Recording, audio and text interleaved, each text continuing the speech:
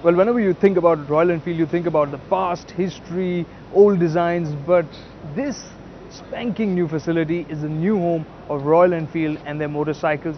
This new plant at Oragadam is where Royal Enfield steps into the 21st century with a new production line and new ambitions for the future. Spread over 50 acres, Royal Enfield's new plant is a modern facility for a modern market. The plant is expected to churn out 250,000 motorcycles by 2014, and it already seems insufficient. That's more than double Royal Enfield's current production capacity. But if required, this new plant can produce as many as 5 lakh motorcycles. The new plant is capable of producing more motorcycles more efficiently, and it will also improve the quality of motorcycles. There's a new world-class paint shop, and it has a phosphating process for all the painted panels, which will improve durability of the motorcycles by offering better rust protection. There's also greater efficiency and consistency in the painting, as the paint shop uses robots to spray paint the parts with complete accuracy and minimum wastage. A big addition here is the high-tech paint shop, but at the same time, Royal Enfield hasn't forgotten about the past, and you can see some magic, the old style magic, happening here as well. Painting the pinstripes by hand is absolute artistry, and Royal Enfield is rightfully holding on to this tradition. All bullets wear this pinstripe with pride, and eventually this process will also be done at the new plant at Oragadam. For now, the engines are brought fully ready from the old Tiruvittur plant and then mated to the bike at Oragadam.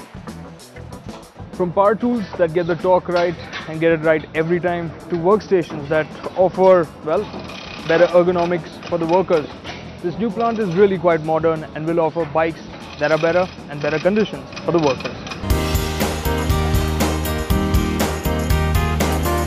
That's not all. A computerized system tracks every part and every bolt that is added onto the motorcycle as it travels down to each one of the 20 stations on the assembly line.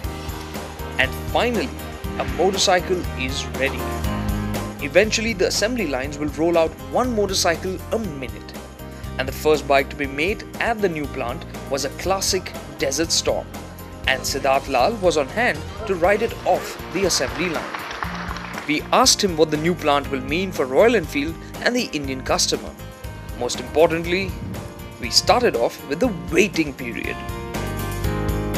So my ideal waiting period would be, I would say 0, because I want to serve a customer immediately. A few weeks is something that a customer is absolutely willing to wait. So if you order today, get it by the end of the month, the guy is really happy. So, I mean, if you can bring it down to a couple of weeks, I think we'll be delighted with that. We took this opportunity of creating this new plant, like I said, not just to create capacity, but to create a new way of working for Royal Enfield. So the quality levels, the productivity levels, which we've been able to accomplish here, we've also fed them back into our Tiruvittur plant. So the entire game has been raised to absolute global levels. I would say even the next phase of growth up to 250,000 and maybe even a bit beyond is served extremely well with our current portfolio of motorcycles. The Continental GT is coming out, which is attracting an enormous amount of attention, and that should also sort of, get us, sales and improvement in the brand overall, and more people coming into our showrooms. They might buy whatever bike, but that draws people in. We want to be, in the long term, we want to be present globally. But having said that, what we need to do is actually take a few markets, like you're saying, and go deep in them. So right now we're exporting 40 countries, but some of them are selling 30 bikes, some 200 bikes, some 500 bikes, but that's not exciting for us. What we want to do is get really deep, become a player of significance in certain markets.